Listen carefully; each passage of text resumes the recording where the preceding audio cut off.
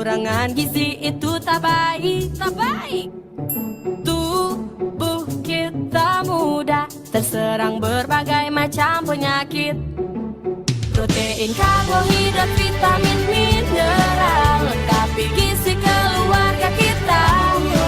Jagalah lingkungan bersih, aman dan sehat untuk kita semua. Yo ayo kita makan yang beragam, membiasakan perilaku hidup sehat, rajin berolahraga, jaga berat badan, itulah 4 pilar gizi seimbang. Bangsaku sehat berprestasi. Ya ayo kita makan yang beragam, membiasakan perilaku hidup sehat, rajin berolahraga, jaga berat badan, itulah 4 pilar gizi seimbang. Bangsaku sehat berprestasi. Bangsaku sehat berprestasi. Ya, alhamdulillahirrahmanirrahim. Bapak Ibu semoga tetap semangat ya, meskipun sudah di malam hari. Insya Allah selanjutnya kita akan membuka acara ini. Bismillahirrahmanirrahim. Waladzi arsalahu bil huda wa dinil haq.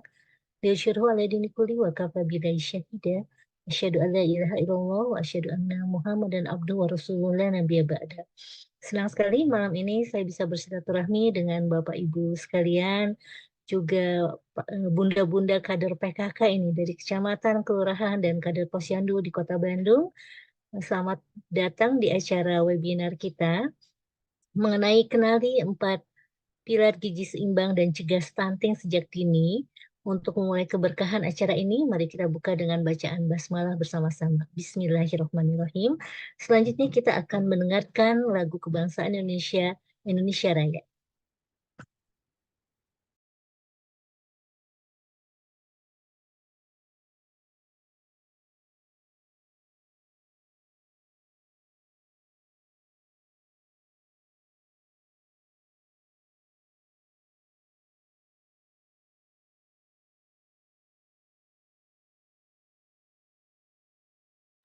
Ya, mangga Kang Ahyan, lagu Indonesia Raya mungkin bisa ditampilkan.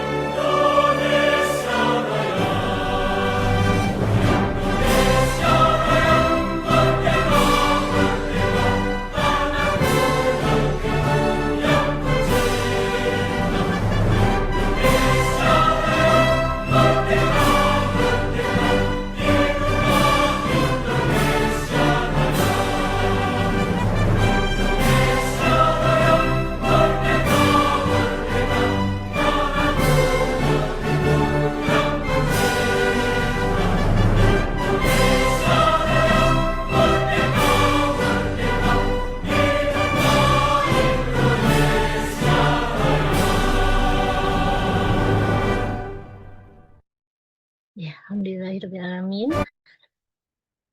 Ya, insya Allah selanjutnya kita akan masuk ke agenda utama kita. Namun sebelumnya Bapak Ibu dipersilakan untuk mengisi daftar absensi di kolom chat yang akan kami share.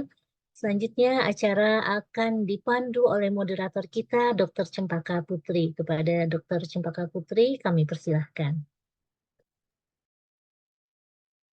Ya, baik, terima kasih pada Teh Nita.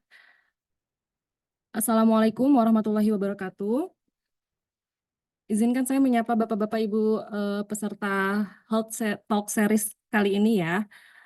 Selamat malam kepada Ibu-Ibu Pokja 4 Kecamatan dan Pokja 4 Kelurahan Kota Bandung dan Ibu-Ibu Kader Posyandu di Kota Bandung.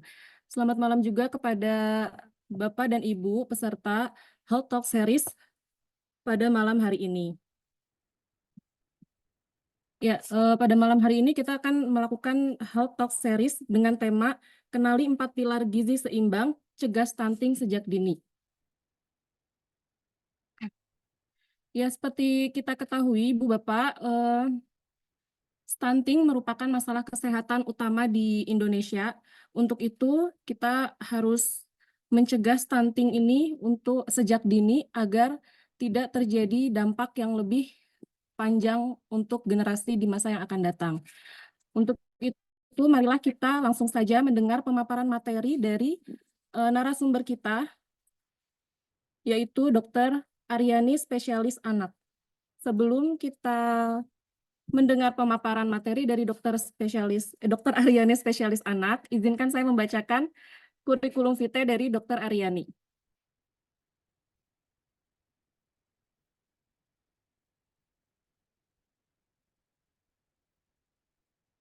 Boleh di-share. Sepertinya operatornya sedang off dulu. Dr. Cempaka, boleh dibacakan saja mungkin. Oh, boleh, saya bacakan saja ya. Ya, Dr. Aryani, spesialis anak, merupakan dokter spesialis anak yang bekerja dan praktek di RSUD Cililin dan Klinik Utama Harapan Keluarga. Beliau merupakan konselor laktasi dan memiliki peminatan khusus pada tumbuh kembang anak, praktek pemberian makanan pada anak, dan juga laktasi. Selain praktek sebagai dokter spesialis anak, Dr. Aryani juga merupakan dosen tamu di universitas. Dan beliau juga memiliki karya-karya beberapa buku tentang kesehatan. Di antaranya berjudul Ibu Susui Aku tahun 2010, Bidadari Tanpa Sayap tahun 2021. Baik, langsung saja kita dengarkan pemaparan dari Dr. Aryani, spesialis anak. Mangga, Dok.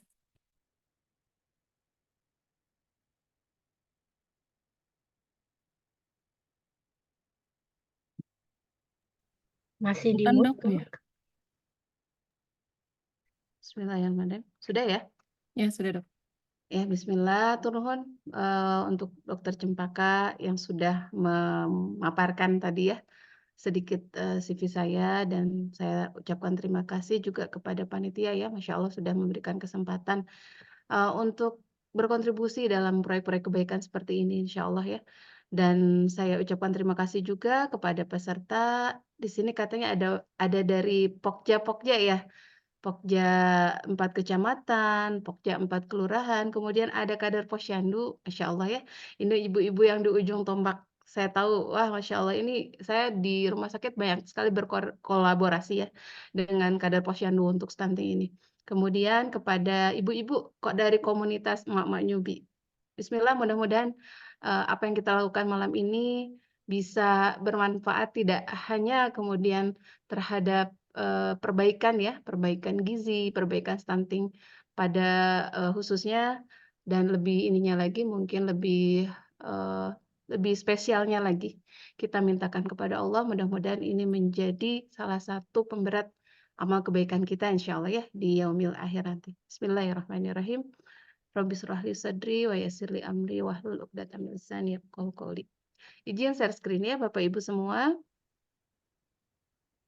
Ini pasti kalau kader-kader mah kayaknya udah sehari-hari ya yang seperti ini saya yakin, sehingga mungkin kita sama-sama discuss nanti ya, ibu-ibu semua. Ini ada bapak-bapak juga kan ya?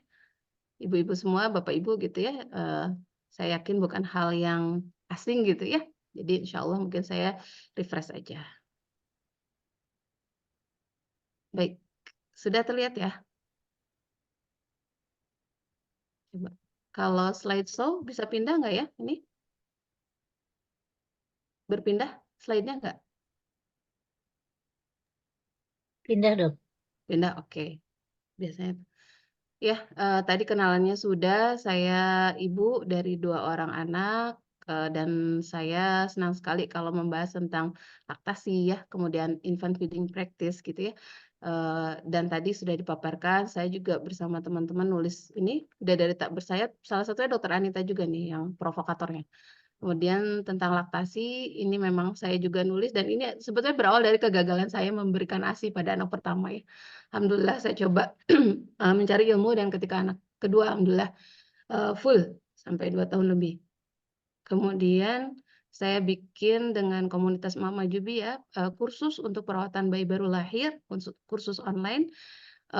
Ini sebagai apa ya, sarana untuk kemudian menuntaskan mungkin perbincangan yang tidak selesai di ruang praktek.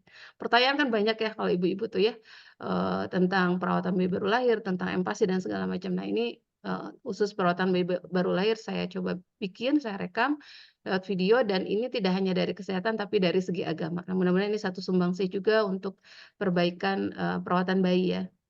Nah kita masuk ke materi ya, insyaallah. Ini kayaknya lagi hits banget ya stunting itu ya, gitu dan mungkin kata-kata yang baru ya beberapa tahun terakhir gitu. Sebelumnya mungkin kita mengenalnya stunted gitu ya, pendek aja gitu. Nah ini stunting, apa sih stunting itu? Nah ini mungkin kita harus samakan dulu persepsinya, tapi di sini mah kadar-kadar ya, insya Allah udah pada paham. Jadi kan seperti kita ketahui, stunting itu adalah suatu kondisi gagal tumbuh pada anak balita akibat apa? Akibat kekurangan gizi kronis, terutama dalam 1000 hari pertama kehidupannya. Ini ada beberapa kata kunci. Nah, lebih jelasnya nanti kita lihat definisi WHO. Jadi, kalau menurut WHO, stunting itu jika ada panjang atau tinggi badan menurut usia kurang dari -2 standar deviasi menurut usia dan jenis kelamin tentu saja ya, pada kurva pertumbuhan WHO yang diakibatkan. Jadi sebabnya khusus spesifik karena kekurangan gizi kronis atau karena peningkatan kebutuhan. Jadi di sini ada beberapa kata kunci. Pertama anaknya pendek ya, di bawah -2 standar deviasi, di bawah garis merah ya. Kemudian pendeknya itu, jadi tinggi badan yang pendeknya itu disebabkan karena kekurangan gizi yang kronik, bukan karena yang lain. Kan bisa aja pendek tapi karena yang lain, gitu ya. Jadi kekurangan gizi baik karena asupan atau peningkatan kebutuhan. Nah, ini mungkin lebih jelas ya. Kalau kita lihat ini kurva WHO ya, kurva ini saya ambil tinggi badan terhadap usia untuk laki-laki 0 sampai 6 tahun, 6 bulan, maaf. Nah, kita lihat di sini ada garis merah ya, ini adalah -2 standar deviasi. Kalau misalnya grafik tinggi badannya di sini, itulah yang disebut pendek ya, stunted, tapi belum tentu stunting. Ya, jadi ini di bawah -2 itu pendek, stunted gitu ya. Tapi kalau penyebabnya karena kekurangan gizi yang kronis, baru kita sebut stunting. Jadi kita samakan persepsinya, stunting itu pasti stunted, ya. Stunted belum tentu stunting, gitu ya. Jadi yang pendek itu belum tentu stunting semuanya.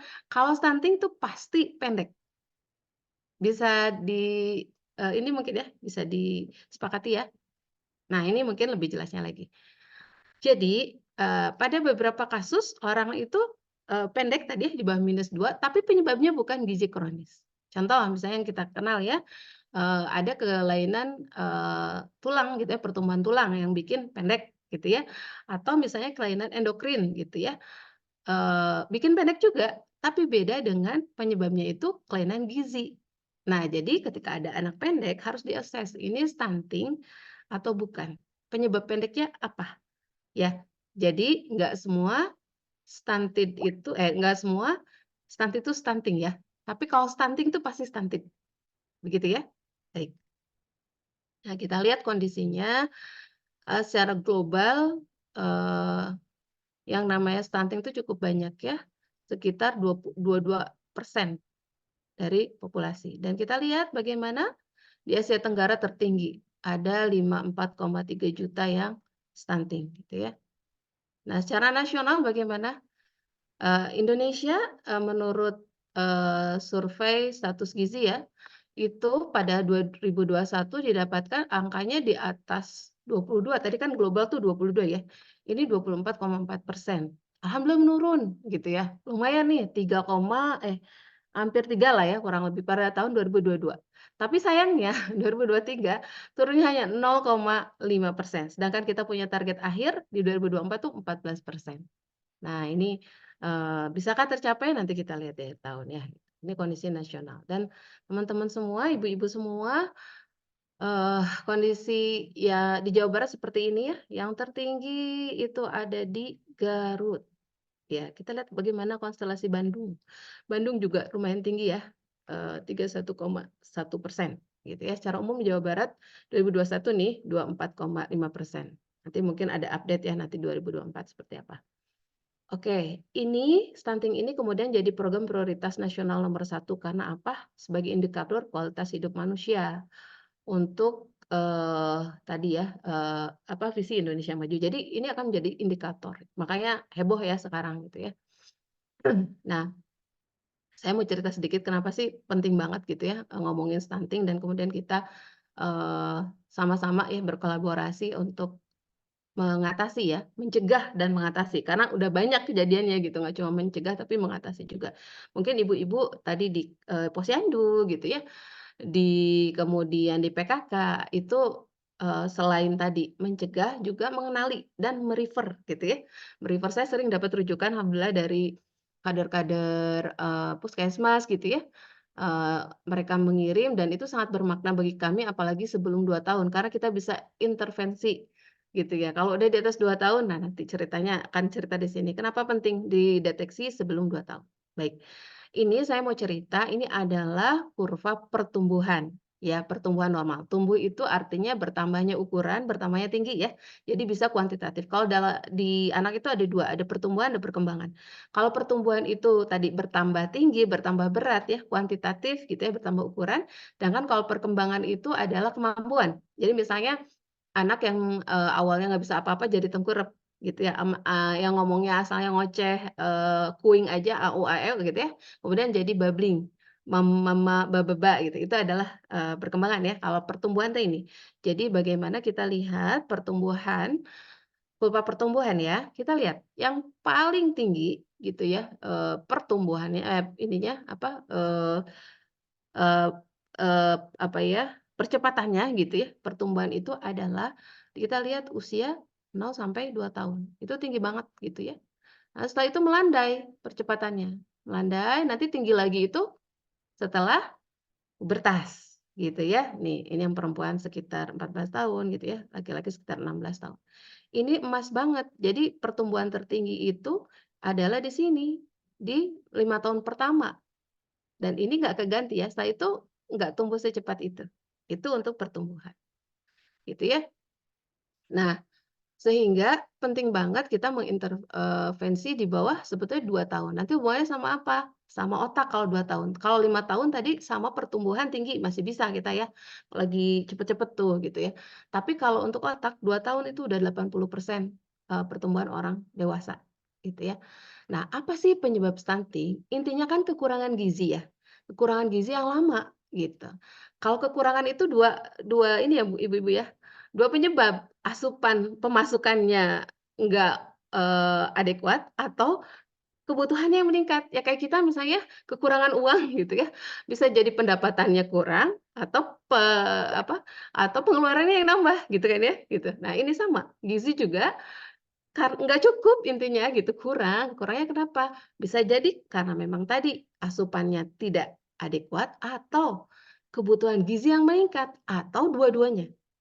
Nah, ini sebenarnya core-nya di sini ya, penyebab dari, stunting ini, kekurangan gizi kronis ya, oke. Nah, kita cerita tentang asupan gizi yang tidak adekuat, ya, gitu. Jadi, saya, kebetulan bukan kebetulan ya, qadarullah gitu, itu ditugaskannya di daerah. Jadi, masya Allah ya, memang melihat banget gitu ya, bagaimana anak-anak yang memang asupannya tidak adekuat. gitu. Jadi ketika diedukasi berbusa nih ibu-ibu ya, "Bu, nanti gini gini gini ya, saya hitungin kalorinya." Akhir-akhirnya Neng da teu gaduh artosna gitu ya, kanggo meser endog, kanggo meser, daging. Jadi memang kemiskinan, mereka nggak punya memang gitu ya. Jadi biasanya makan makan pun kalau dikasih ya, misalnya ada subsidi telur buat anak-anak yang stunting, dimakannya sekeluarga, nggak dimakan buat anak itu aja. Jadi ini salah satunya memang tidak bisa menyediakan makanan yang bergizi buat anak-anaknya ya. Kemudian memang, pendidikan dan pengetahuan yang kurang ya mengenai pemberian makan untuk bayi dan batita. Ini juga salah satu PR. Ya saya suka nemu gitu ya, anaknya kurang gizi gitu ya, terus udah gitu, datang ke rumah sakit dengan mencret-mencret, terus saya tanya, "Bu, pakai apa? Formula atau ASI?" "Formula, Neng," gitu ya.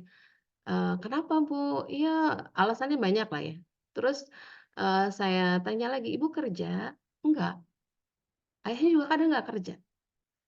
Ya kadang teh, ya Allah itu dapat uangnya dari mana buat formula ya? Terus, ya mirisnya itu kadang mungkin kalau di orang-orang yang paham gitu ya pentingnya ASI, sambil kerja dibela-belain gitu ya, gitu. Ini yang di rumah, mereka mungkin karena pengetahuan dan pendidikan kurang, tidak tahu gitu cara kemudian me-maintain atau memelihara agar ASI-nya tetap berproduksi. Kan sedih ya, gitu. Jadi kadang teh, banyak ininya ya, banyak mirisnya gitu ya, kalau melihat di kondisi di daerah ya. Kemudian bisa jadi penelantaran ya, apalagi mungkin, pada, anak-anak yang akhirnya diasuh oleh keluarga besar karena ibunya menjadi buruh migran misalnya ya. Banyak yang TKW gitu ya, di daerah saya juga seperti itu. Akhirnya kan yang mengurus, biasanya keluarga besar ya, nenek atau siapa. Nah ini juga kan pastinya beda ya itunya, pemeliharaannya. Kemudian pengaruh budaya. Jadi ada kalau di daerah kadang, ya bayi itu dikasih makannya satu macam aja, satu jenis aja, karbo aja, tepung-tepung aja gitu ya, nggak dikasih tekengeng cenah tekengeng heula di pasihan, nggak boleh dulu dikasih tuh telur yang anyar-anyar gitu, ada mitos-mitos tersendiri.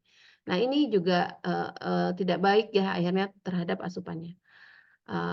Kemudian ketersediaan, ya biasanya ketersediaan mah, berhubungannya paling banyak dengan ekonomi. Kemudian ada masalah dengan kemudian oromotor. Jadi anaknya tidak bisa mengunyah dengan baik, tidak bisa menelan mungkin. Nah, atau penyakit-penyakit yang memang membuat penyerapannya itu tidak bagus. Jadi banyak faktor ya asupan gizi yang mungkin berhubungan dengan, ekonomi adalah penyediaannya ya, dan ini PR. Jadi kalau saya pikir ini memang, mengatasinya nggak mudah, harus kolaborasi, nggak bisa, kami sangat kesulitan gitu ya, untuk kemudian mengatasi ini ketika tidak di-support, dengan misalnya penyediaan makanannya, dan kemudian mungkin kolaborasi sama peternakan nih, gimana caranya berternak untuk protein yang tinggi, karena mereka kalau beli itu nggak bisa gitu ya. Ya saya sampai terharu ya, ada ibu pasien punya anak stunting ya, terus saya edukasi, "Bu, begini begini begini, protein hewani begini begini." Terus ibunya bilang, "Neng, saya mah nggak punya kalau untuk beli itu ya, daging gitu-gitu." Buat dia itu barang mewah gitu, tapi dia bilang gini, "Tapi kalau telur gimana?" Saya bilang, "Nggak apa-apa Bu, telur sok, telur." "Ya udah saya mau memelihara ayam." Ya, dia pelihara ayam dan hari demi hari kontrol ya, misalnya 2 minggu sekali tuh dikontrol pasien-pasien kayak gini. Bagus, alhamdulillah. Itu perjuangan seorang ibu ya, dengan ketidakpunyaannya, tapi dia mau akhirnya berusaha dengan yang dia bisa. Nah, ini sebetulnya yang perlu kita sadarkan juga, bukan hanya tahu gitu ya orang tua itu, tapi mampu kemudian memberikan asupan gizi yang adekuat. Ini PR banget. Jadi kalau saya suka kesulitan banget di daerah ya untuk, tata laksana ini karena banyak faktor. Oke, yang kedua, ibu-ibu semua, bisa jadi adalah kebutuhan gizi yang meningkat, ya. Bisa jadi mungkin gizinya cukup, tapi dia tuh kebutuhannya meningkat. Misalnya, pada apa nih kebutuhan meningkat? Yang paling banyak adalah infeksi-infeksi kronis. Dan yang jadi PR banget di kita salah satunya adalah TBC ya, tuberkulosis. Ini Indonesia menjadi nomor 2 terbesar ya, jadi juara gitu, terbanyak, penyakit TB di dunia. Gitu ya, setelah India, bahkan mengalahkan China gitu ya. Jadi ini PR banget, karena, TB ini yaitu membuat kemudian kebutuhan gizi meningkat sehingga berat badan anaknya tidak sulit naik, pertumbuhannya terganggu. Bayangkan ibu-ibu semua, kalau itu kemudian, TB itu kemudian diderita pada anak yang kurang gizi. Kebayang ya akan seperti apa gitu, dan itu banyak. Udah mah asupan gizinya kurang, udah mah dia juga kena TB, itu banyak banget di daerah. Makanya itu kalau bagi saya itu top of mind. Jadi ketika ada anak nih ya datang, dengan stunting kita harus cari, ada nggak faktor ini, TB. Dan selain TB penyakit yang kemudian, sekarang juga mulai meningkat adalah HIV ya. Itu juga mulai banyak anak-anak yang kena. Sedih ya gitu, dapat warisan itu ya dari orang tuanya gitu dan mereka kalau positif kan harus terus minum obat seumur hidupnya, gitu. Ini juga, eee akhirnya kita harus, ini ya, sekarang kan kebijakan kalau kena TB anaknya harus diperiksa juga HIV dan di daerah cukup banyak kasusnya gitu. Nah, selain itu juga banyak faktor ya, ada yang kemudian berhubungan dengan kebersihan, sanitasi sama air bersih, misalnya diare, sering diare berulang juga sama. Penyerapan tidak bagus akhirnya juga kekurangan gizi ya. Belum tadi, ketika demam, ketika infeksi kebutuhannya meningkat gitu. Jadi, tidak bagus pertumbuhannya. Kemudian pada anak-anak yang BBLR atau prematur, jadi mereka itu ada yang udah stunting dari lahir. Gitu, bayangkan. Karena selama di kandungan itu, mereka kekurangan gizi, gitu. Kan kalau lahir BBLR berarti kan kurang ya. Jadi bisa jadi saya kehamilannya cukup, tapi mereka lahir kurang gitu, kurang dari 2,5 gram. Berarti mereka kekurangan gizi dari masa kandungan. Nah ini PR, makanya nanti pas pencegahan kita nggak hanya bicara, setelah lahir, tapi sebelum itu dari hulunya juga memang harus diatasi. Kemudian pada anak-anak yang alergi makanan atau kelainan jantung bawaan atau anak-anak ada kanker misalnya ya, keganasan gitu. Atau anak-anak misalnya yang ada kondisi-kondisi alergi yang menahun ya sehingga ada kondisi peradangan terus-menerus misalnya pada anak-anak asma. Ini juga bisa menyebabkan kebutuhan gizi yang meningkat sehingga tadi tetap aja asupan gizinya kurang. Asupan apa, gizinya kurang gitu ya, pemenuhan gizinya kurang. Nah ini, kenapa sih, sekarang ngomongin stunting gitu ya. Yang pertama, stunting itu gitu, dapat meningkatkan angka kesakitan dan kematian. Kenapa? Kalau anak kurang gizi tadi rentan terhadap infeksi ya, infeksi bikin tadi kurang gizi juga gitu ya, bolak-balik dan ini kalau anak kurang gizi, ketika sakit pun dia itu akan lebih berat menghadapinya gitu ya, sehingga kesakitannya lebih lama, angka kematiannya lebih tinggi gitu ya. Kemudian dia punya kekebalan tubuh yang rendah gitu ya, dan ada gangguan tidak hanya pertumbuhan, tapi ada perkembangan. Nanti kita akan cerita ya di grafik lebih jelas. Jadi kalau anak stunting bukan hanya masalah dia pendek gitu ya, nanti mesti dibully, bukan hanya itu. Tapi, perkembangannya juga terganggu, tidak hanya pertumbuhan. Perkembangan salah satunya perkembangan otak yang paling krusial, itu terganggu. Bahkan kalau tidak dikoreksi di bawah 2 tahun, itu bisa irreversible, artinya nggak bisa diperbaiki banyak, gitu ya. Nah, dampaknya juga tidak hanya ketika pas kecil ya, pas balita misalnya, tapi juga ketika dewasa.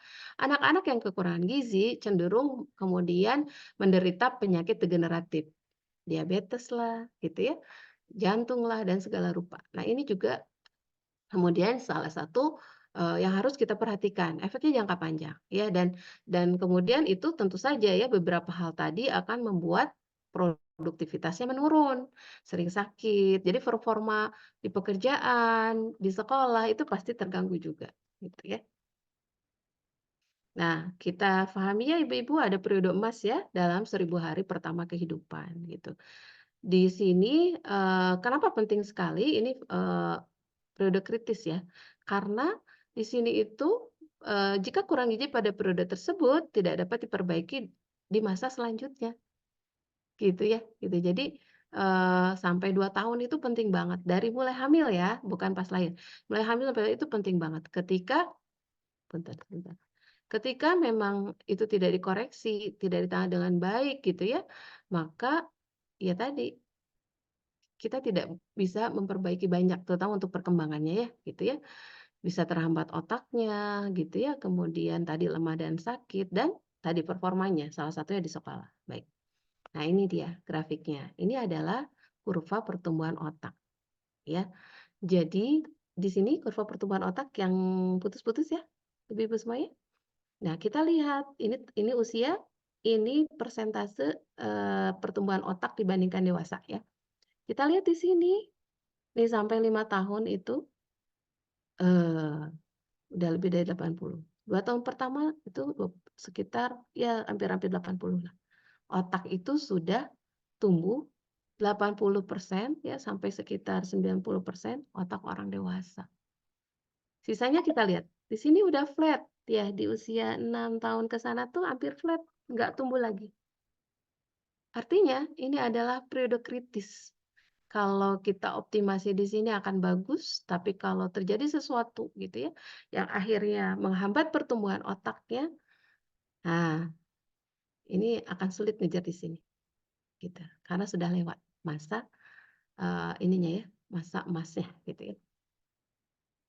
Nah kita lihat kalau tadi pertumbuhan otak, ini perkembangan otak gitu. Jadi di sini kita lihat 2 tahun pertama ya, years, oke di sini 2 tahun pertama kita lihat nih grafiknya ya. Jadi ini adalah pertumbuhan sel-sel otak, pertumbuhan, perkembangan segala macam itu ya di sini. Sini nih. Nah, ini yang harus kita optimasi. Kalau di sini tadi kekurangan gizi lah, tidak distimulasi lah, sayang sekali. Karena berikutnya kita lihat ya, sudah menurun. Itu perkembangannya. Oke. Ini adalah MRI ya, pencitraan dari perkembangan otak anak yang stunting dengan yang sehat. Lihat anak yang sehat ya, sinap-sinap hubungan antar otaknya berkembang, volume otaknya juga lebih besar. Kalau di sini, lihat, sinapnya kurang berkembang, tidak bagus pertumbuhannya. Jadi yang membedakan orang pintar sama kurang pintar gitu ya, adalah sinap-sinapsnya. Sinap itu ibu-ibu bayangkan adalah kabel ya yang menghubungkan antar sel-sel saraf. Jadi kalau ada masalah teh langsung mikirnya cepet, teng teng teng teng teng gitu ya, banyak file, banyak memori di situ gitu ya. Nah kalau yang sambungannya dikit, ada masalah teh ke sini keblok, ke situ keblok gitu, lama gitu ya mikirnya. Nah ini gitu, jadi kalau pada anak sehat, pertumbuhannya dan perkembangan otaknya itu jauh lebih bagus. Ini ya, sehingga kenapa stunting itu penting, bukan hanya pendek gitu, tapi yang paling penting ada pertumbuhan dan perkembangannya terganggu, perkembangan terutama otaknya gitu ya. Nah, berarti kan kita harus cegah nih ya gitu. Cegah dan sebetulnya atasi. Nah, mungkin kalau di tadi ya PPK 1 atau sebelum ke dokter spesialis itu adalah pentingnya pencegahan ya. Kita berkolaborasi jadi pencegahan itu di PPK 1 ya, sebelum PPK 2 gitu. Jadi apa pencegahan stunting kan kita tahu ya, eee eee, masalah utamanya gitu ya adalah asupan gizi. Nah, berarti kita harus memperbaiki asupan gizi. Kapan harus perbaikinya? Sebelum dan ketika hamil. Jadi penting nih mudah-mudahan ada teteh-teteh yang belum nikah nih ya, sebelum nikah itu kita harus perhatikan gizi. Kan kadang kita nggak tahu ya, nikah kapan gitu ya, dapat jodoh kapan. Baiknya beberapa bulan sebelum hamil tuh sudah bagus gizinya, anemianya banyak ya, kemudian remaja putri yang anemia gitu ya, kemudian, juga, berat badan idealnya gitu. Nah ini juga harus diperhatikan, karena itu ngaruh banget. Tadi, kita lihat ya bahwa, yang namanya stunting itu bisa terjadi dari lahir, bahkan itu sekitar 18%-an, cukup besar gitu ya, angkanya gitu. Kemudian pemantauan tumbuh kembang, ini penting. Jadi, stunting itu kalau sudah terjadi, oh itu luar biasa Bapak Ibu mengatasinya. Saya kalau dapat pasien stunting, ini pasti lama gitu ya, lama dan, bikin pening gitu ya, ini gimana ya, ini gimana, kalau nggak naik bulan depannya pening lagi gitu ya, gitu. Jadi paling senang tuh kalau kita bisa deteksi dari awal, gitu. Kita bisa mendeteksi dari apa? Dari pertambahan berat badan yang tidak adekuat. Namanya growth faltering, gitu ya. Kalau kita bagus pemantauannya, kita bisa tangkap dari awal itu jauh lebih baik, jauh lebih mudah menyelesaikannya, gitu ya.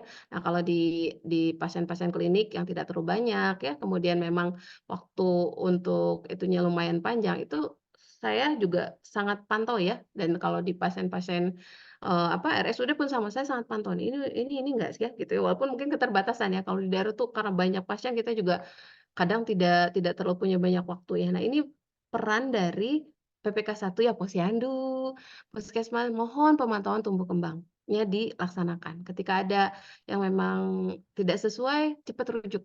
Ya, seperti itu ya.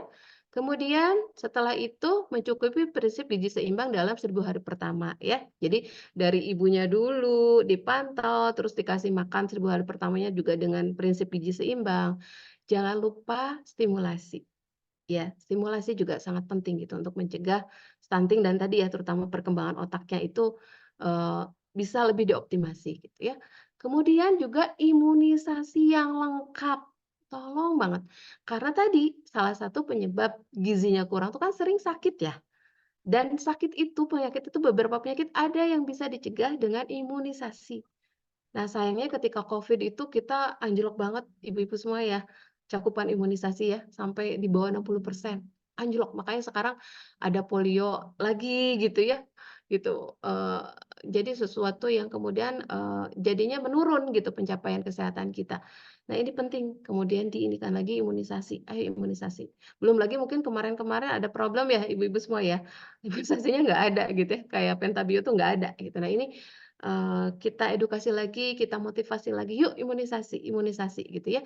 Banyak sekali anak-anak stunting itu kalau saya cek status imunisasinya, nggak lengkap, bahkan ada yang tidak diimunisasi. Alasannya apa? Sering sakit toh, nggak mau mengimunisasi katanya puskesmasnya karena sering sakit.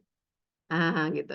Nah, akhirnya biasanya harus catch up kan. Nah, catch up juga problem tersendiri. Kadang tidak semua puskesmas siap ya diminta untuk catch up. Dari mulai, aduh nggak berani gitu ya, udah sekian, udah 2 tahun gitu ya catch up imunisasi dari awal. Nah, dilemanya adalah ibu-ibu semua di PPK 2, di RSUD itu nggak ada vaksin biasanya. Itu ditaruhnya di puskesmas. Jadi misalnya saya ingin meng-catch up nih imunisasi, udah nggak ada vaksinnya. Gitu, sedangkan di puskesmas ada tapi SDM-nya mungkin, nggak ini ya, nggak kemudian nggak tadi ya, nggak berani gitu untuk melakukan catch up. Nah, ini perlu kita coba lengkapi ya, kita coba fasilitasi. Kemudian kalau ada sakit ya ditata laksana ya. Kemudian, nah ini sanitasi, perilaku hidup sehatnya juga harus diperbaiki. Baik, kita mulai ya. Nah, sekarang kan ada, program screening HB, pemberian, tablet tambah darah ya untuk remaja putri. Ini adalah salah satu upaya ya, gitu, untuk kemudian mengurangi stunting dari hulunya, dari emaknya gitu ya, gitu. Nah, ini harus kita perhatikan juga sehingga pola makan para remaja pun harusnya kita edukasi juga ya, gitu ya, terutama remaja putri, karena mereka yang akan kemudian berperan untuk pencegahan stunting dari hulu ya. Kalau Bumil iya ya gitu ya, pasti gitu ya, itu juga sangat berperan terhadap, pencegahan stunting. Nah ini ya yang tadi saya ceritakan. Kita lihat yang dari lahir udah stunting ya, prematur, BBLR itu 18,5% ibu-ibu. Besar ya, cukup besar ya.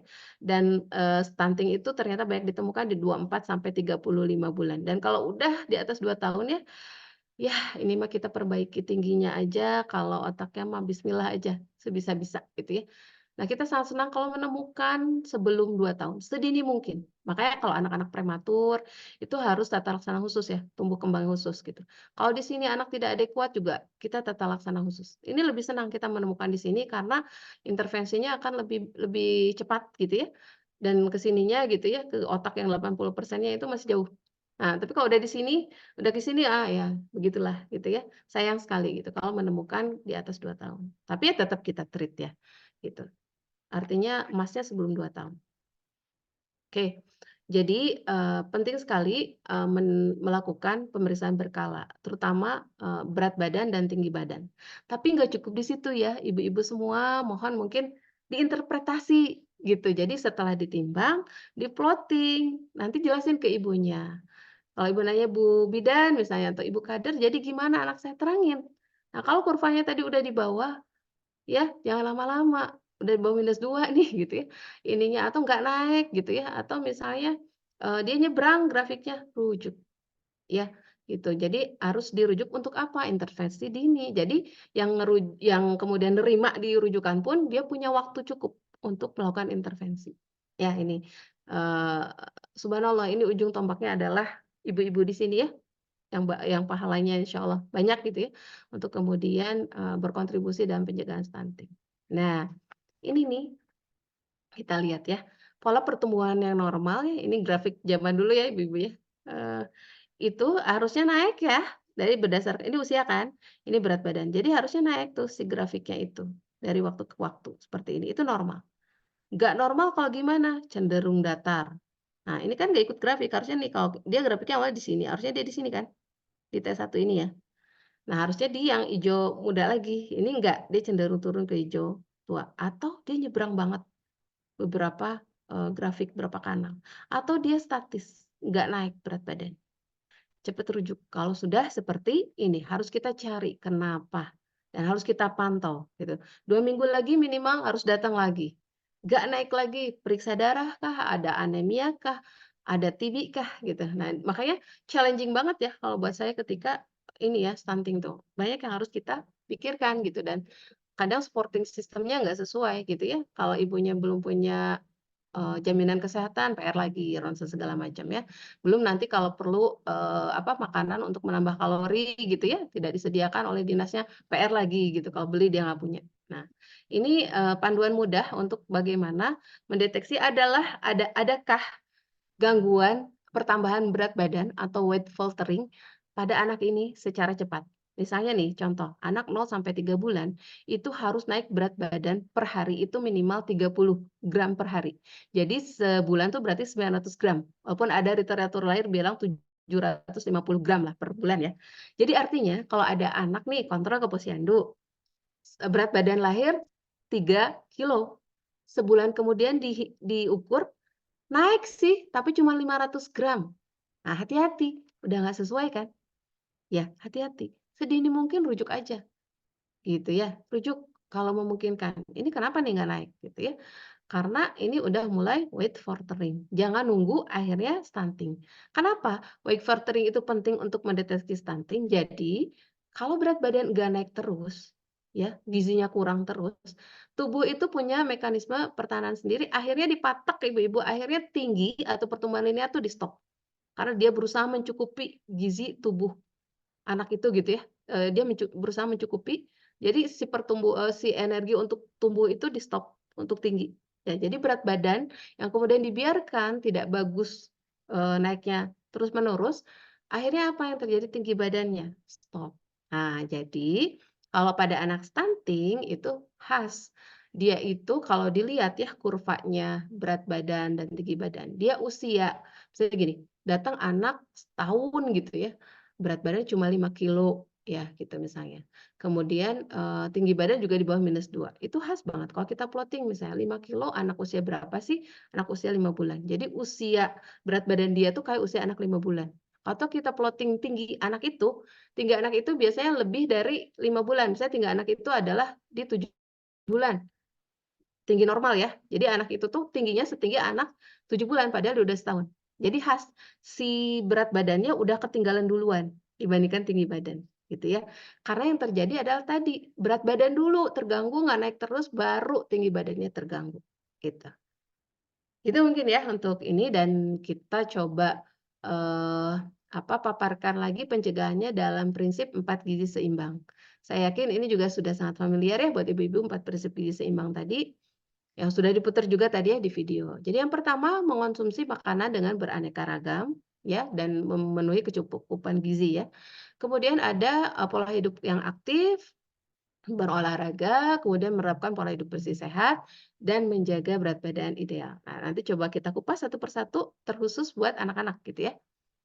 Jadi yang pertama tadi kan pemberian makan ya, pemberian makan yang kemudian, beragam dan seimbang. Kalau untuk anak, dimulai kita ceritanya dengan ASI eksklusif. ASI terbukti ya, menurunkan angka stunting, menurunkan angka kematian bayi gitu ya.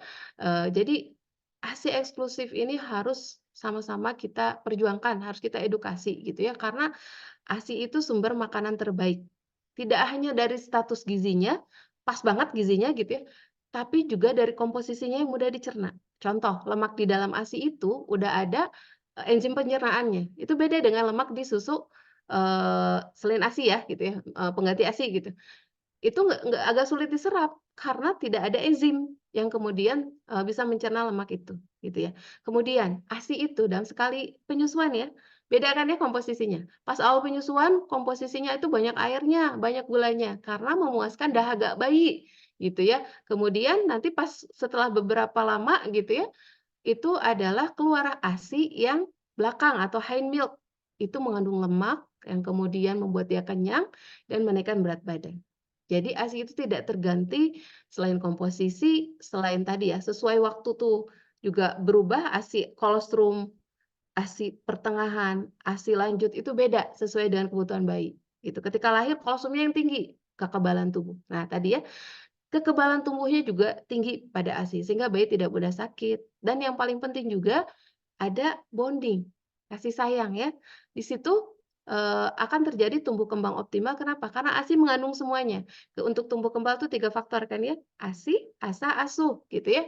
ASI bonding sama ibu. Proses menyusui itu kalau betul itu akan memberikan bonding yang luar biasa. Bayinya sambil ditatap ya. Kemudian oksitosin juga itu adalah rangsangan dari interaksi bayi sama ibu gitu. Jadi banyak banget gitu ya bonding yang bisa dibangun dengan menyusui. Kemudian ada ASUH. ASUH itu nutrisinya dalam ASI pokoknya udah paket yang paling baik deh gitu ya dalam ASI. Satu lagi adalah ASAH, stimulasi.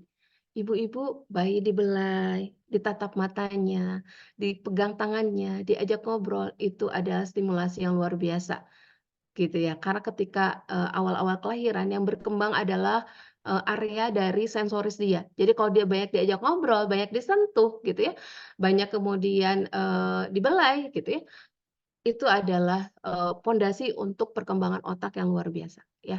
Jadi, kalau kita bicara pencegahan stunting pada bayi baru lahir, salah satunya adalah ASI eksklusif. Itu yang harus kita coba kawal, ya, gitu. Kemudian berikutnya empati, ya. Jadi empati yang baik, kita harus berikan, harus tepat waktu, ya, kemudian, harus adekuat, sesuai kebutuhannya, protein dan mikronutriennya. Dan perhatikan juga keamanan dan higienis. Kemudian cara memberikannya juga harus memperhatikan sinyal lapar kenyang pada anak. Nah, ini kalau cerita ini nanti panjang. Ini saya sepintas aja ya. Nah, kemudian, nah ini ada kemudian porsi masing-masing. Jadi ibu-ibu tuh suka cerita ya, senang gitu ya, "Ih dok, anak saya mah senang sayur, senang buah," gitu ya. "Wah ibu itu bagus," kata saya. "Tapi ingat, anak-anak terutama 2 tahun pertama gitu ya, 5 tahun pertama bahkan, ingat perhatikan protein. Sayur buah tidak boleh terlalu banyak. Kenapa? Karena sayur buah itu adalah nutrisinya sedikit. Jadi nanti bisa jadi anak terlalu kenyang untuk makan protein setelah sayur buah terlalu banyak. Sedangkan nggak ada kalori, tidak sebanyak kalori tidak sebanyak protein dan zat-zat makro yang lain. Nah, ini perlu diperhatikan. Kita lihat ya, ini usia 6 sampai 23 bulan, kita lihat isi piring ya, yang gampang aja. Isi piring itu kita lihat bagaimana yang namanya protein, ya, protein hewani itu 30%, protein kemudian nabati itu kurang lebih ini 10% ya, sisanya 30, 35, oke 10%. Jadi, kurang lebih 40%-an itu harus protein. Ya, ini harus diperhatikan. Jangan terlalu banyak sayur. Sayur buah itu hanya 25%. Bedain sama emaknya, oh di sini kita lihat ya. Kalau emaknya justru sayur buahnya, lihat, sayur buah itu setengah piring, nih. Ya, kalau kita setengah piring biasanya nasi ya ibu-ibu ya. Nasinya di sini gitu ya, gitu. Lauk pauknya cukup 1/6-nya gitu ya, karbonya 1/3. Ah, beda ya. Nih sama anak yang usia balita juga agak sedikit beda. Lauk pauknya ya, proteinnya itu ada 35. Ya, sedikit lebih rendah dibandingkan yang di bawah 2 tahun. Nah, ini harus kita perhatikan. Sehingga tidak cukup anaknya kenyang gitu ya, tapi gizinya adekuat nggak? Sesuai nggak sama yang dia butuhkan ya? Baik. Oke, ini, ada namanya kebutuhan gizi. Jadi, zat gizi minimal yang kemudian harus sesuai dengan usianya, jenis kelamin, berat badan, tinggi badan. Ini nanti bisa dibaca ya ibu-ibu semua, saya yakin ibu-ibu sudah terpapar lah ya, kita lihat ya contohnya, 0 sampai 5 bulan mah ASI ya rata-rata. 6 sampai 11 bulan nih, ada kebutuhan energinya berapa per hari, proteinnya berapa ya, ini 15 misalnya. Nah ini oke. Dan terutama diingatkan protein hewani untuk cegah stunting. Kenapa? Protein hewani itu mengandung asam amino esensial. Apa itu asam amino esensial? Asam amino yang dibutuhkan tubuh tapi tidak bisa dibentuk oleh tubuh. Ini dikandungnya Yang lengkap itu hanya di hewani. Sehingga penting sekali anak-anak untuk kemudian, dapat protein hewani ya. Tiap makan tuh harus ada protein hewaninya, gitu ya. Nah, ini satuan penukarnya gitu ya, nanti tadi dikonversi misalnya butuh 15 gram, oke berarti telur 1 kurang lebih 6 gram gitu ya. Udang, misalnya tambah udang, tambah ayam misalnya sehari, 1 telur, 1 udang, 1 ayam misalnya. Nah, itu terpenuhi. Nah, biar gampang nih ibu-ibu nggak usah nakar-nakar lagi, nggak usah ngitung-ngitung lagi, ini ada panduan dari Kemenkes ya, bagaimana bikin MPASI dengan gizinya yang seimbang. Nah, tinggal nanti di-googling-googling aja ya. Kalau cerita MPASI nanti satu topik tersendiri ya ibu-ibu ya. Insyaallah ibu-ibu juga sudah mungkin sering memberikan, edukasi ya. Ini kita refleksi dulu ya ibu-ibu ya. Ibu-ibu hari ini makan apa aja? Seblak seblak? Oh, kalau di Cililin terkenal dengan aneka seblak, ya gitu. Kalau makan siang tuh, sampai Rafael lah, apalah gitu ya, gitu. Jadi kita lihat ini kontennya apa sih, konten utamanya? Ada yang tahu? Boleh di chat, ada yang tahu ini konten utamanya apa sih? Oke, ada yang sounding dari Kang Ahyar, karbo katanya. Oke, karbo ya. Proteinnya ada nggak ya? Ya adalah telur sedikit ya, gitu ya. Karena apa? Mirahnya ibu-ibunya karbo memirah, raosnya tinggal seueur pecin gitu atos. Nah, tapi ini bahaya banget gitu, karena karbo terlalu banyak juga berarti gulanya juga banyak. Berarti tidak seimbang proteinnya, ya, gitu. Jadi ini yang harus kita perhatikan. Terus minumnya apa? Makannya seblak, minumnya apa? Boba misalnya, teh manis, oh lagi banyak banget sekarang ya teh manis, apalah apa viral. Nah, ini kalau kita lihat komposisinya sehatkah? Gitu ya, karena ada nanti gula yang harus dibatasi, garam yang harus dibatasi, kemudian proporsi makan tadi. Ya, harus ada proteinnya, harus ada lemaknya, sayur buahnya mana, gitu. Nah, ini penting kita kemudian, perhatikan ya, apalagi remaja putri tuh yang senang kayak gini-gini ya. Padahal tadi, mereka tuh harus perhatikan status gizinya untuk persiapan nanti ketika, masa reproduksi, gitu ya. Baik. Nah, ini ya, mungkin, beberapa beberapa waktu yang lalu banyak sekali kasus ini ya, konsumsi minuman manis berlebih. Bahkan saya menemukan banyak-banyak tumor jinak ya pada anak remaja sekarang ya gara-gara gitu. Pola makan, terlalu banyak gula, terlalu kemudian, eee, overfeeding ya, jadi makan terlalu banyak gitu. Habis dicontohinnya mukbang segala macam. Nah, ini juga harus kita sedikit-sedikit benahi ya ibu-ibu ya, mungkin kita mulai dari keluarga kita juga gitu. Nah, hati-hati, ketika kita bicara, tadi ya, makan beraneka ragam, nomor satu ya, makan antara beraneka ragam agar kebutuhan gizi makro mikronya juga, seimbang, jangan lupa batasi gula, garam, dan lemak. Ini adalah kebutuhan orang dewasa ya, gula itu hanya diperbolehkan 4 sendok makan, sekitar 50 gram. Dan ini bukan hanya gula pasir ya ibu-ibu ya, di makanan juga kan kita ada gulanya gitu ya, di cemilan ada lagi gitu. Nah ini hati-hati. Garam, nah garam tuh cuma 1 sendok teh. Gitu ya, kita harus lihat kadar gulanya. Kalau ngonsumsi keripik-keripik kita berapa sih? Nah, itu harus kita lihat ya. Kemudian lemak, minyaknya juga ya sama ya, gorengan tadi udah mah digoreng, isinya tepung, udah mantap deh gitu ya. Nakalnya kita gitu ya. Nah, kemudian anak punya punya ini sendiri ya, lebih sedikit ya pada pada 0 sampai 12 bulan untuk garam itu hanya boleh 1 gram. Ya tadi kalau misalnya 1 sendok teh itu kan sekitar kurang lebih 2.000, ini cuma 0,4. Jadi dikit banget lah pokoknya bolehnya. Garam boleh tapi dikit banget. Kemudian kita lihat nih, kesukaan anak-anak apa sih? Coklat, es krim, minuman bersoda. Ini lihat, coklat itu seperti 7 sendok teh gula, es krim itu 4 sendok teh gula gitu ya. Belum yang soda-soda ya, ibu-ibu ya, minuman manis. Nah, ini yang harus kita benahi ya ibu-ibu ya, untuk pola makan dan saya kemarin menjalani ini ya, karena sudah tidak bagus itunya, profil darahnya. Ternyata dengan kita nggak makan tepung aja ya, walaupun nggak stop banget sih, tetap ada citing-citingnya. Gulanya dibatasi itu 3 minggu bisa turun sekitar 2,5 kilo tanpa makanan dibatasi ya. Tanpa misalnya makan tuh nasi biasa aja, itu bisa turun segitu dan itu lemaknya gitu. Gitu, jadi, kita sudah mungkin ini ya, harus, evaluasi ya, makanan-makanan seperti ini. Oke, selanjutnya selain bicara makanan, 4 pilar itu bicara aktivitas fisik ya. Usahakan 30 menit sehari gitu ya, setiap hari dan paling bagus itu adalah, frekuensinya. Jadi kalau aktivitas fisik itu yang rutin yang bagus tuh, ya, gitu, walaupun sedikit-sedikit. Misalnya yang awalnya rebahan terus gitu ya, pengen mulai, boleh deh 10 menit dulu, tapi tiap hari. Itu lebih bagus dibandingkan sejam, tapi seminggu sekali. Wah, itu nggak bagus, gitu ya. Bahkan kata coach olahraga, olahraga seminggu sekali itu lebih nggak bagus dibandingkan nggak olahraga.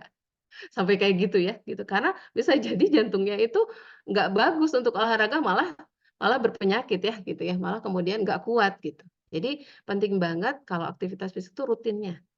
Dikit-dikit tapi sering gitu ya, mayeng gitu ya, itu lebih bagus. Nah ini banyak ya, kita sudah tahu banyak banget, kemudian, apa, manfaat dari aktivitas fisik. Tidak hanya untuk kesehatan secara raga kita, tapi juga secara mental emosional. Nah kenapa sekarang banyak mental illness nih? Salah satunya adalah pola hidup yang kurang aktivitas fisiknya atau sedentari ya. Jadi makanya banyak stres, banyak nggak pede gitu ya, kemudian, ya banyak problem-problem yang lain. Nah ini kemudian aktivitas fisik yang dianjurkan ya, nih anak-anak dan remaja dianjurkan sekitar, 30 menit per hari ya, aktivitas fisik. Nah ini kita harus bedakan, ada aktivitas fisik tuh ada macam-macam, ada aktivitas harian, ada latihan fisik, ada olahraga. Nah itu sesuatu yang berbeda. Kalau aktivitas fisik harian ya kita, aktivitas sehari-hari ibu-ibu nyucinya tapi sekarang pakai jari ya. Oh nah tuh ya, nyapu gitu ya, ngepel, itu aktivitas fisik. Ya, dihitung, boleh dihitung 30 menit ya, jalan ke pasar misalnya, boleh. Tapi kalau latihan fisik itu beda, latihan fisik itu ada terukur, terstruktur gitu ya, kemudian, punya tujuan, tersendiri, ritmis segala macam. Jadi yang mungkin kita suka sebutnya olahraga gitu ya. Biasanya orang-orang menyamakan latihan fisik itu, dan olahraga, walaupun ada yang membedakan. Katanya kalau olahraga tuh nanti ada goals-nya, misalnya ada pelombanya, ada apanya gitu ya. Ya intinya, usahakan kita tuh enggak kemudian diem ya. Misalnya kalau bisa ibu-ibu yang masih muda terutama ya, kalau bisa naik tangga lah gitu, dibandingkan naik lift gitu ya, gitu. Kalau bisa jalan gitu ya, jalan aja dibandingkan kita naik kendaraan, nah gitulah intinya ya. Dan aktivitas harian ibu-ibu bisa dihitung ya, tadi misalnya sapu, ngepel dan lain sebagainya, itu termasuk aktivitas fisik. Dianjurkan adalah 30 menit sehari. Kalau bisa kemudian jadi latihan fisik ya, yang struktur kan kalau latihan fisik denyut nadi kita juga hitung, ini udah zona olahraga atau belum gitu kan, gitu. Kemudian jenis olahraganya yang sesuai sama kita apa nih, misalnya kalau di bawah 40 apa nih gitu ya, di atas 40 apa, olahraganya kardio untuk jantung atau untuk matiin otot kan beda. Nah, itu lebih spesifik lagi. Itu lebih bagus lagi kalau kemudian kita punya program khusus buat diri kita 30 menit sehari itu latihan fisik, tidak hanya aktivitas fisik, tapi khusus untuk latihan fisik. Ya, untuk kebugaran nantinya, untuk stamina gitu. Nah ini, sama-sama ya ibu-ibu ya, insya Allah ini adalah salah satu cara kita juga untuk bersyukur ya atas, apa, nikmat badan kita, sehingga kita bisa melakukan mudah-mudahan dengan sehat itu lebih banyak amal lagi gitu ya. Bahaya dari tadi ya, kurang gerak gitu ya atau sedenter itu kegemukan, jantung ya, diabetes, kanker, dan tadi ya, ke arah depresi, ke arah mental illness juga ngaruh. Jadi ini yang harus kita coba, ini kan ya, kita coba rubah, ke anak-anak kita juga ya gitu. Kalau sekarang kan emang apa-apa di ujung jari ya ibu-ibu ya, nyuci aja di ujung jari kan, pencet pencet pencet. Oh dulu kan ngegiles gitu ya, jadi ada energinya. Oke. Nah kemudian pola hidup sehat, salah satunya adalah tidur. Tidur juga punya kemudian, kebutuhan tersendiri dan punya manfaat tersendiri. Sebaiknya tidak begadang ya, ini untuk anak-anak nih, sesuai usia. Jadi semakin anak-anak muda usianya, semakin banyak tidur yang dibutuhkan. Makanya bayi kan lebih banyak tidurnya ya, gitu. Seperti itu dan ini penting untuk tumbuh kembangnya. Jadi kalau ada anak berat badannya nggak naik, yang perlu dilihat adalah tidurnya gimana. Karena ketika anak tidur lelap, terutama jam 11 ya, keluar hormon pertumbuhan, gitu. Itu yang akan membuat tumbuh kembangnya optimal. Selain itu juga terjadi detoksifikasi organ-organ tubuh kan, gitu. Sehingga imunnya juga lebih bagus. Nah, ini yang perlu kita perhatikan. Jadi anak-anak dibiasakan paling telat itu mungkin sekitar jam 9 lah ya, atau ya maksimal banget jam 10 agar jam 11 tuh udah tidur lelap, deep sleep, keluar hormon pertumbuhan. Buat kita juga sama ibu-ibu, kita usahakan ya walaupun saya juga sering melanggar nih gitu, tapi semakin ke sini semakin berasa ya, kita memang harus usahakan tidak begadang. Karena tadi jam 11 itu tubuh kita itu kayak di ini ya, di istilahnya di bengkel gitu ya, dibenerin gitu sehingga insya Allah gitu lebih sehat ya, lebih fresh juga. Nah selanjutnya adalah, pola hidup bersih itu adalah akses air bersih, kemudian, PHBS yang lain ya, cuci tangan dan segalanya ya. Ini akan menurunkan banget infeksi, terutama diare dan infeksi saluran nafas. Ini 2 macam infeksi yang kemudian jadi pembunuh nomor 1 pada anak di bawah 5 tahun. Makanya sekarang kan imunisasinya wajib ya. Imunisasi diare itu dengan rotavirus, pencegahan rotavirus ya. Kemudian untuk ISPA infeksi saluran nafas itu adalah pencegahan pneumonia, komplikasinya ya, radang parunya. Sekarang PCV kan wajib ya ibu-ibu ya. Itu mudah-mudahan nanti influenzanya juga bisa wajib disediakan. Oke. Nah, jangan lupa kemudian stimulasi ya, gitu. Jadi ada penelitian ya, ada bayi yang stunting gitu ya, balita yang stunting, diintervensinya tuh dikasih nutrisi dan stimulasi dibandingkan dengan yang dikasih nutrisi aja. Ternyata pada yang diberikan, intervensi stimulasi selain nutrisi itu fungsi kognitifnya tuh lebih baik. Jadi, selain gizi untuk kemudian, tata laksana dan pencegahan dini ada stimulasi, ya, gitu. Stimulasi dari, anak-anak ya. Ini kalau misalnya ibu-ibu kan pasti kenal ya ini buku KIA yang warna pink ini nih, ini udah lengkap banget loh. Stimulasinya tuh harus diapain, itu lengkap banget nih. Misalkan usia 29 hari aja udah apa, peluk, ayun, rasa aman, tatap mata, ajak bicara, ini tuh sudah, diperes dari kemudian, para ahli ya, banyak ahli-ahli di sini. Tapi sayangnya memang ibu-ibu kalau saya tanya ya, "Ibu suka baca ini nggak?" "Enggak Dok, nggak menarik soalnya," katanya. Jarang banget ibu-ibu yang kemudian baca, padahal di sini lengkap. Nah ini untuk kader bisa digunakan ya dari sini ya, bagaimana stimulasinya harus diapain nih Bu Bidan, Bu kader anak saya gitu kan. Di sini aja, ada kok, gitu ya. Nah imunisasi dilengkapi ya, jangan lupa. Kalau memang ada di bawah 6 tahun, belum lengkap itu harus di-catch up, dikejar gitu ya imunisasinya, dia punya jadwal sendiri. Oke, gitu ya. Jadi ini mah resumnya ya, resumnya jadi, dari hamil ya, bahkan sebelum hamil dipenuhi gizinya, kemudian ASI eksklusif, MPASI yang sesuai kebutuhannya, kemudian pantau tumbuh kembang dan jaga kebersihan lingkungan, ya. Mungkin itu dari saya, eee mangga saya serahkan lagi, mohon maaf atas segala kekurangannya. Mangga saya serahkan lagi kepada Ibu moderator, Dokter Cempaka. Masya Allah ya, pemaparannya sangat lengkap dan jelas sekali. Terima kasih Dokter Aryani atas pencerahannya malam hari ini. Untuk selanjutnya, di sini sudah ada beberapa pertanyaan, Dok. Boleh ditampilkan atau dibacakan saja?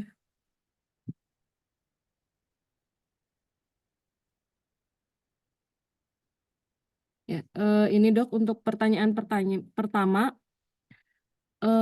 untuk persiapan promil apa saja ya Dok? Oke, untuk persiapan promil, itu banyak ya, dari persiapan mental, ya, itu juga harus siapkan. Mental itu biasanya bisa disiapkan ketika kita, tahu apa yang akan terjadi next. Jadi kehamilan itu seperti apa, kemudian prosesnya seperti apa, kelahirannya itu salah satu cara menyiapkan mental, ya. Dan, saya sarankan ketika persiapan promil itu tidak hanya ibu yang belajar, ayahnya juga harus belajar.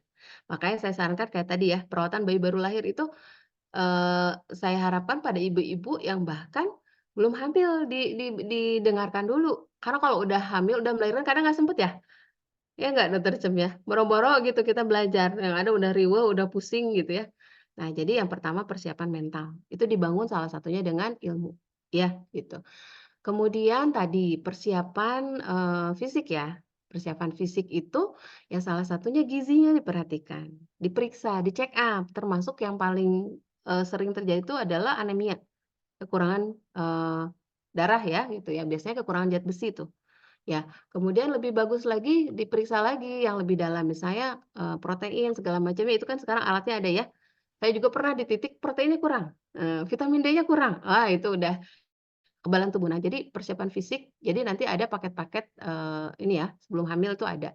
Minimal tadi, minimal HB-nya diperiksa gitu ya, tekanan darah gitu ya, jadi ada nggak penyakit-penyakit yang lain, gitu ya, gitu. Kemudian persiapan lagi adalah persiapan, info mengenai, tadi ya, mungkin tempat melahirkan yang kemudian kita bisa akses untuk yang bisa mengedukasi selama kehamilan dengan baik, kemudian nantinya pro-ASI itu juga menurut saya penting, gitu. Karena nanti ke depannya akan berkelanjutan. Jadi, harus mulai cari info gitu ya, mungkin dari teman-teman yang sudah duluan dan sebagainya gitu. Dan tentu saja persiapan yang lain ya, persiapan dana, persiapan ilmu-ilmu untuk mendidiknya, dan jangan lupakan juga persiapan spiritualnya, ya. Pemaknaan atas hamil itu sendiri, gitu. Karena kan bisa jadi, nanti, hasilnya nggak selalu sesuai kita harapkan ya. Ada yang minta promil terus nggak dapet, ada yang belum siap dikasih terus gitu ya. Jadi persiapan spiritualnya juga, penting. Mungkin itu beberapa catatan saya, sisanya mungkin bisa ditambahkan. Ya, untuk pertanyaan selanjutnya, Dok, apakah lahir secara normal atau SC menjadi faktor stunting atau tidak ya? Baik, terima kasih. Jadi, metode kelahiran ya, normal atau SC, sependek yang saya tahu, saya belum baca sih itu menjadi faktor stunting ya, belum pernah dapat gitu. Jadi, kalau kita lihat sebetulnya bukan metode persalinannya, tapi selama kehamilannya, itu yang menjadi faktor stunting atau enggak. Gitu, kalau metode sih enggak. Kalau metode itu lebih ke nanti ada faktornya itu salah satunya adalah, paparan kekebalan tubuh. Jadi kalau yang normal itu dia punya ada paparan kekebalan tubuh dari jalan lahir ya, dari jalan lahir dari ibu. Jadi biasanya si, kekebalan tubuhnya, mikrobiotanya lebih kaya dibandingnya sesar gitu ya, terlalu steril juga nggak bagus gitu. Kemudian juga mungkin kalau itu ke faktor ibu. Ibunya diteliti ya kalau yang sesar itu biasanya dia agak stres gitu ya, dan biasanya kan sempat terpisah sama bayi ya. Nah itu biasanya mempengaruhi kalau dari Julnan itu mempengaruhi kemudian, apa tuh pembentukan ASI, mulai terbentuknya ASI. Dan itu bisa jadi mempengaruhi kemudian nantinya keberhasilan menyusui. Nah itu sependek yang saya tahu. Jadi kalau langsung ke stunting, sepertinya saya belum dapat ya gitu, itu langsung menyebabkan stunting. Ya. Begitu mungkin ya? Ya, terima kasih, Dok. Untuk pertanyaan selanjutnya, Dok, izin bertanya, untuk bayi prematur yang berat badannya sudah kurang dari lahir, bagaimana langkah-langkah untuk mencegah stunting? Terima kasih. Ya, nah ini, pertanyaannya bagus sekali ya. Berarti tadi ini ya, notice bahwa salah satu faktor adalah prematur. Jadi yang namanya prematur itu kan, lahir kurang bulan ya, dan itu tergantung beda-beda prematurnya. Jadi kan dikatakan kurang bulan tuh kalau di bawah 37 minggu, gitu.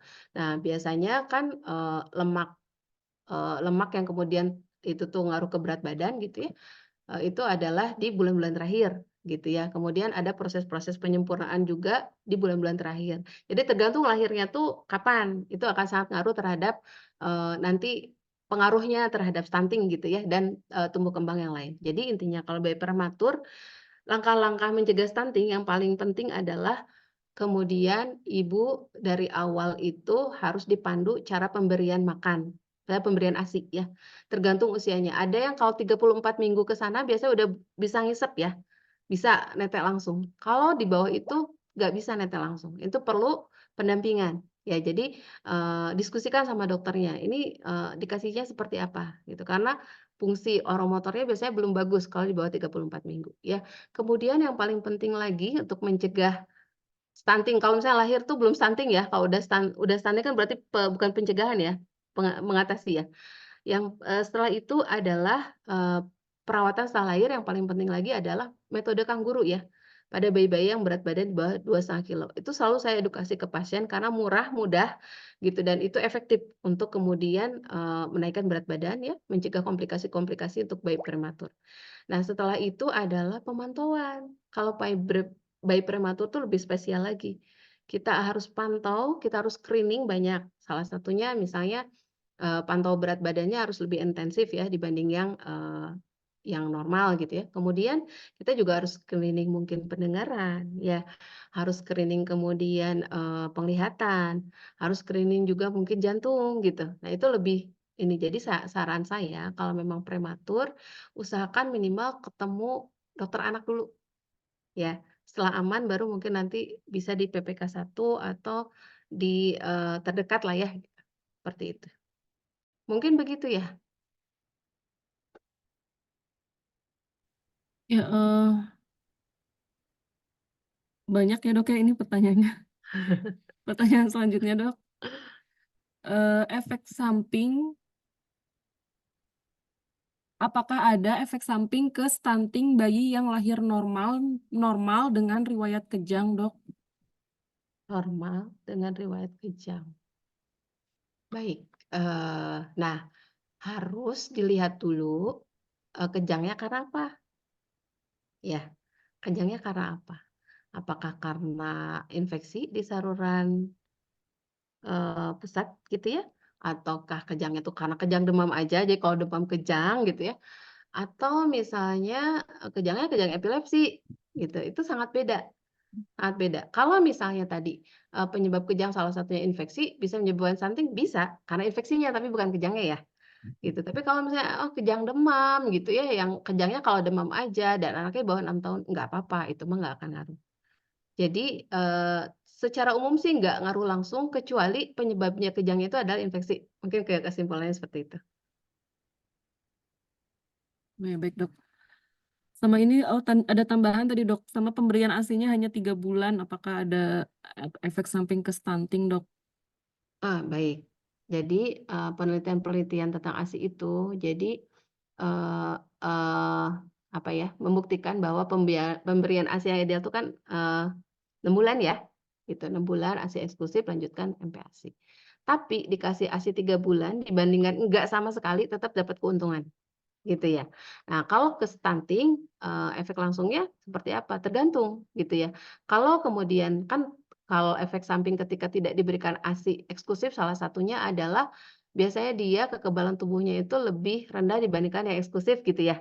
Kemudian juga gizinya bisa terganggu karena tadi ketika mungkin, sering sering kena infeksi diare misalnya, susunya sering nggak cocok, diare, kemudian dia sering kurang gizi akhirnya berat badannya nggak naik, itu bisa stunting.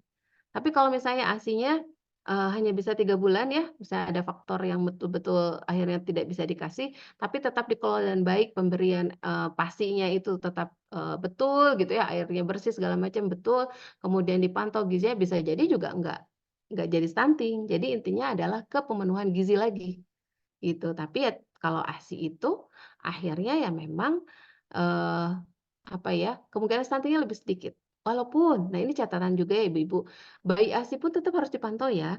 Kalau misalnya mulai growth faltering, tetap kita harus intervensi, jangan dipaksain gitu ya. Oh ini, saya juga konselor ASI ya bawel banget ASI, tapi ketika misalnya pernah ada datang ke saya pasien, ibunya udah depresi banget gitu ya, terus anaknya udah kurang gizi. Akhirnya saya coba tanya lewat ayahnya, ibunya saya minta keluar dulu.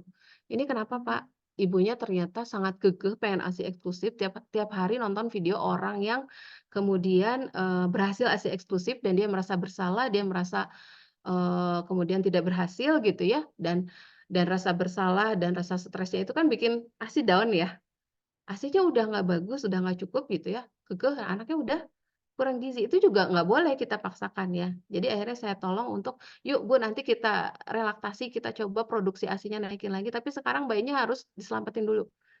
Nah, jadi kita tetap pemantauan tuh penting ya. Artinya tadi ASI, kalau 3 bulan gitu ya, pengelola yang paling harus perhatikan adalah next-nya, asupan gizi harus bagus, pencegahan infeksinya harus bagus.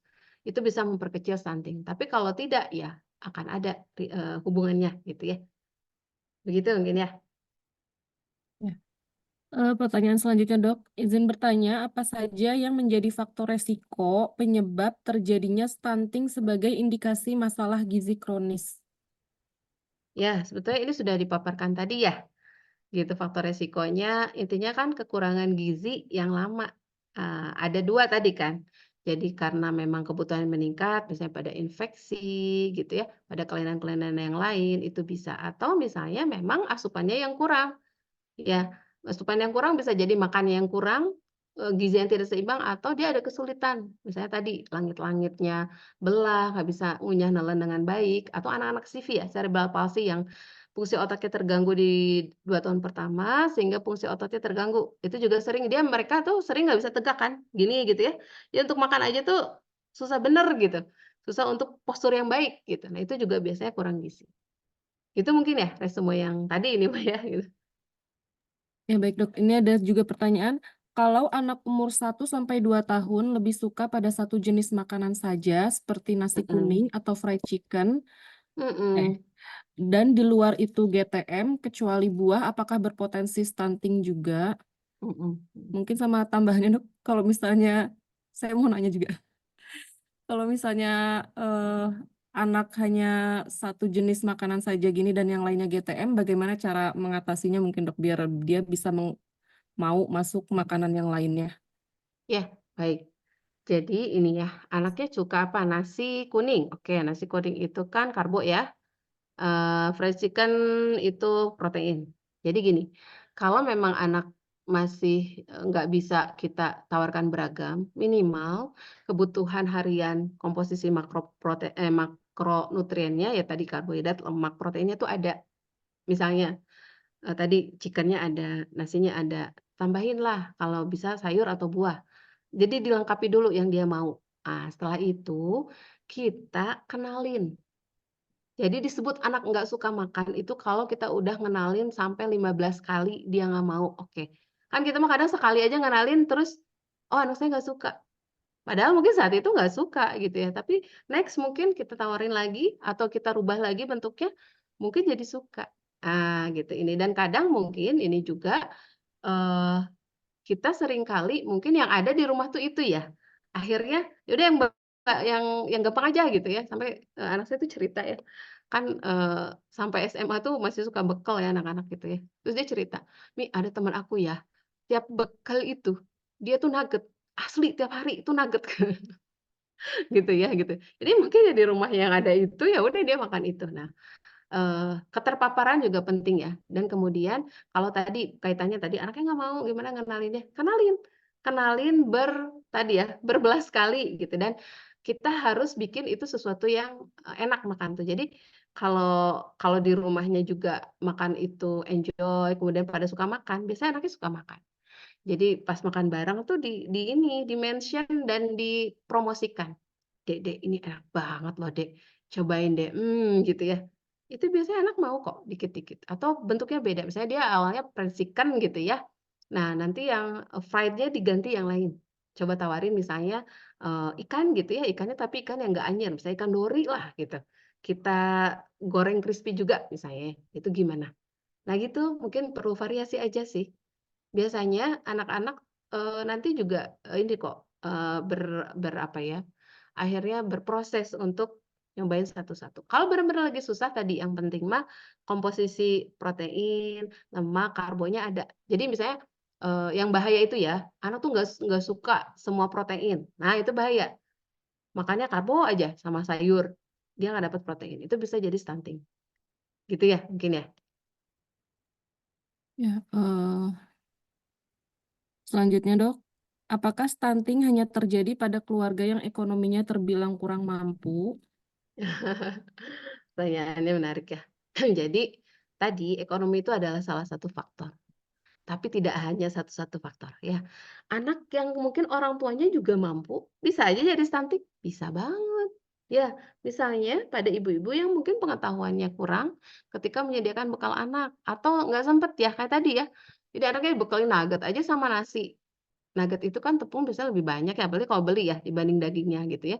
Sayur buahnya nggak ada gitu ya gitu. Jadi diperhatikan proporsi, tadi makanan seimbangnya, terutama protein hewani dan kalau bisa anak didobelin. eh, apa hewani sama nabati gitu ya.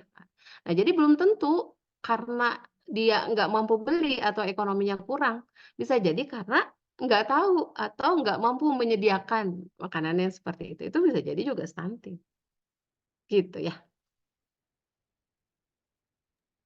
Baik dok, pertanyaan selanjutnya. Ada aliran makanan yang lebih fokus pada buah dan sayur daripada protein untuk sarapan dan empasi. Karena menurut aliran tersebut, bayi belum bisa mencerna makanan. Bagaimana menurut dokter? Oke, jadi yang disepakati oleh para ahli, sebetulnya untuk empasi mulai dari 6 bulan harus dikasih semua ya. Jadi karbohidrat, lemak, proteinnya udah ada. Semua itu dijadikan, cuman nanti teksturnya yang beda. Jadi 6 bulan pertama kan makanan lumat, di-blender, disaring halus. Nah, biar memudahkan untuk dicerna. Bayi bisa mencerna makanan dari lahir juga bisa, kan ASI juga ada lemak, ada protein, ada gulanya juga gitu ya. Jadi, bisa kalau untuk mencerna tadi, tapi ya teksturnya, karena untuk mengunyah lebih ini belum bisa, gitu. Jadi kalau saya sih, yang saya tahu kalau para ahli mah sepakatnya semua ya dikasih. Baik, pertanyaan terakhir dok. Nambah lagi. Pencegahan infeksi yang mengakibatkan stunting gimana ya dok? Pencegahan infeksi mah kan kalau infeksi itu kan berarti, ada mikroorganisme ya, virus, bakteri dan sebagainya yang menginfeksi tubuh. Artinya kan kekebalan tubuh ya yang harus ditingkatkan. Bagaimana? Ya perilaku hidup bersihnya ya, kebiasaan untuk cuci tangan, kebiasaan kemudian untuk memasak makanan yang higienis dan aman, termasuk jangan jajan sembarangan. Kalau di daerah tuh banyak banget tuh, tipes gitu ya, kemudian hepatitis, yang diturunkan makanan tuh banyak. Jadi salah satunya perilaku, hidup bersihnya. Nggak bagus. Jadi pencegahan infeksi mah tadi perilaku hidup bersih dan kemudian imunisasi itu juga penting ya. Itu karena ada beberapa penyakit yang bisa dicegah oleh imunisasi. Kemudian gizi yang seimbang juga pencegahan infeksi. Kenapa? Karena jadinya kekebalan tubuhnya lebih bagus ya. Termasuk mengkonsumsi makanan yang beraneka ragam itu bisa membuat tidak hanya makronutriennya cukup, tapi mikronutriennya juga harus perhatikan ya. Besi, zinc dan sebagainya itu juga kalau kita beraneka ragam tuh bisa melengkapi, karena tidak ada satu makanan yang semuanya lengkap gitu kandungannya, gitu. Mungkin begitu ya? Ya, selanjutnya dok. Apakah kemunculan kasus virus, contohnya virus mpox atau lainnya bisa jadi faktor penyebab stunting juga? Ya, intinya mah kan infeksi ya, infeksi yang berulang, yang terus-menerus, itu bisa apapun ya, tapi kalau infeksi cuma sekali-sekali dan itu tidak kemudian, menyebabkan berat badannya tadi ya, kemudian, tumbuh dengan tidak baik, ya enggak juga gitu. Jadi bukan bukan kemudian, tadi jenisnya gimana, tapi itu kronis atau enggak. Kayak TBC ya, TBC itu kan kronis ya, lama gitu infeksinya, jadi terus aja menggerogoti. Nah itu berpotensi besar, tapi kalau, virus ya, virus itu kan biasanya sebentar ya, sebentar lah biasanya berapa hari sembuh lagi. Itu anak-anak kan biasanya kadang turun tapi nanti naik lagi kalau yang bagus kekebalan tubuh. Jadi nggak secara langsung, tapi yang kronis, infeksi yang kronis yang menyebabkan stunting. Satu lagi dok. Dok, lebih besar faktor dominan penyebab stunting itu berasal dari faktor luar seperti virus atau lebih ke asupan gizi ya? Dua-duanya bisa jadi penyebab ya, tergantung kasusnya dan kondisi masing-masing anak, gitu. Jadi, tidak bisa kita bandingkan ya, dan saya juga belum nemu kalau datanya seperti itu. Intinya, bisa jadi kan dalam dalam satu anak tuh dua-duanya ada, gitu ya. Itu bisa jadi, kemudian tadi, penyebab infeksinya apa dulu? Kalau virus tadi saya udah jelasin ya, kemungkinan mungkin kecil lah. Kalau, kayak TB, kayak kemudian HIV gitu ya, itu besar sekali gitu ya, dan biasanya berkelit-kelindan dia juga bisa kurang gizi. Jadi kita agak sulit nih, mana yang lebih besar gitu ya, untuk membedakan. Ini dok, ada di kolom chat, berapa persenkah faktor keturunan jadi stunting? Stunting. Nah, gini. Stunting itu bukan faktor keturunan ya. Kan kita tadi udah bahas, ada stunted, ada stunting. Kalau stunting, dia pendek karena kekurangan gizi kronis. Ya, kalau stunted pendek aja. Kalau pendek ada faktor keturunan. Ya, tapi kalau stunting nggak ada faktor keturunan. Gitu ya. Ya, Masya Allah ya. Mungkin cukup ya, Ibu-ibu, Bapak-bapak. Apakah masih ada lagi pertanyaan? Sudah cukup jelas sepertinya ya. Ya, saya mungkin bantu kesimpulannya ya, Dok.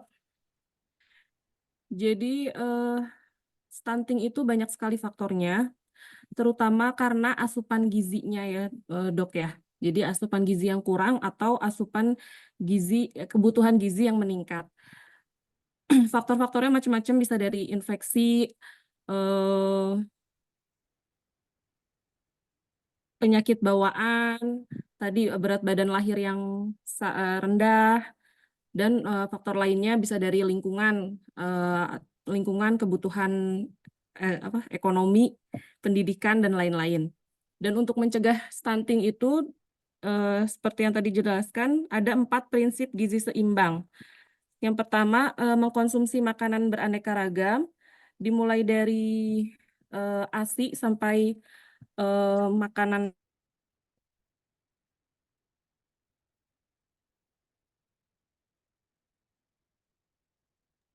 Dokter Cempaka terlempar ya sepertinya. Iya, kayak sinyal ya.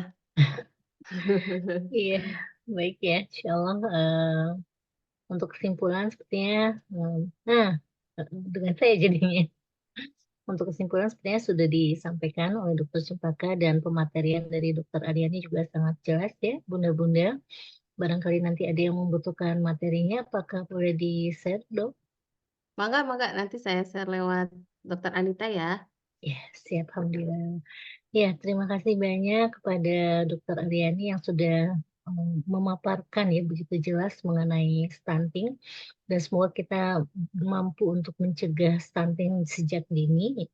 Dan Masya Allah ini antusias dari Bapak Ibu peserta juga, Masya Allah ini Bapak Ibu dan juga kader-kader dari PKK, dari kecamatan, kelurahan, dan posyandu. Semoga tidak berhenti di Bapak Ibu materi ini, namun juga bisa disebarkan kembali kepada masyarakat. Insya Allah dari Yayasan Insan Pembelajaran Indonesia, Health Talk Series ini akan berlangsung setiap bulan. Bapak Ibu barangkali nanti ada yang berminat untuk ikut terus gitu kajian kita. Untuk bulan depan insya Allah akan ada pematerian mengenai upper back pain, yaitu ketika Bapak Ibu sering banyak menulis atau mungkin mengetik gitu, atau pegang handphone sekalipun gitu, yang akan disampaikan oleh Dokter Rani, spesialis rehabilitasi medik. Nanti akan ada arahan bagaimana cara mencegahnya supaya tidak ada nyeri-nyeri di tangan, atau mungkin ibu-ibu juga ada keluhan-keluhan apa, nanti bisa disampaikan di materi kita bulan depan. Terima kasih banyak atas perhatiannya. Sebelum kita menutup acara ini, bolehkah kita foto bersama? Bunda-bunda, bapak-bapak juga boleh dibuka ini ya, on cam ya. Kang Akhir bisa bantu untuk mendokumentasikan.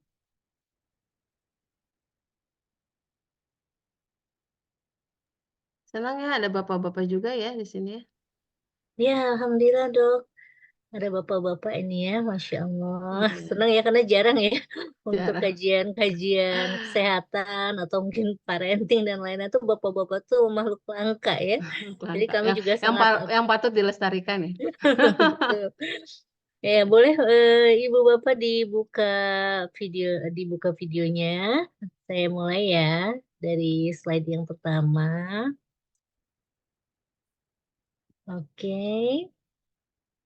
Yang kedua, terima kasih nih sudah ada senyum-senyum manisnya. Oke, yang ketiga, yang keempat. Ya, Alhamdulillah ini kita touchdown 100 peserta, Dokter Ari.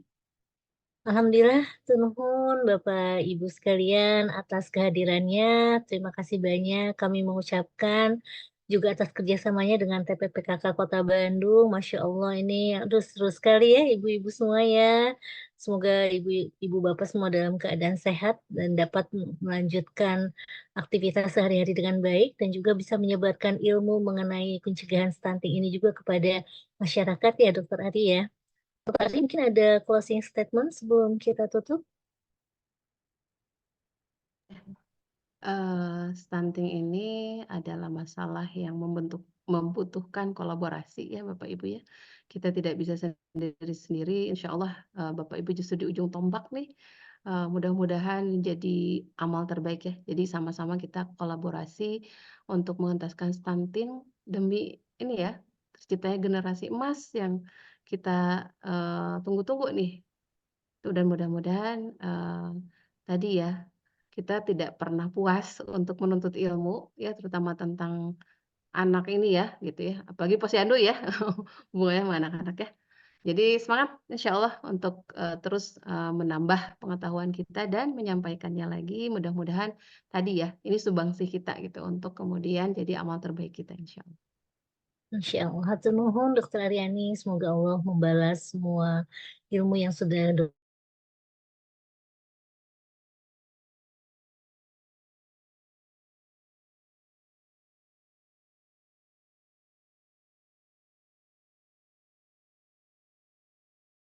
ya. Asyhadu an la ilaha illa anta astagfiruka wa atubu ilaik. Mohon maaf atas segala kekurangan dari kami selaku panitia. Kami mohon undur diri. Bapak Ibu selamat beristirahat. Wabillahi taufiq wa hidayah. Wassalamualaikum warahmatullahi wabarakatuh. Hatur nuhun Bapak Ibu. Waalaikumsalam warahmatullahi wabarakatuh.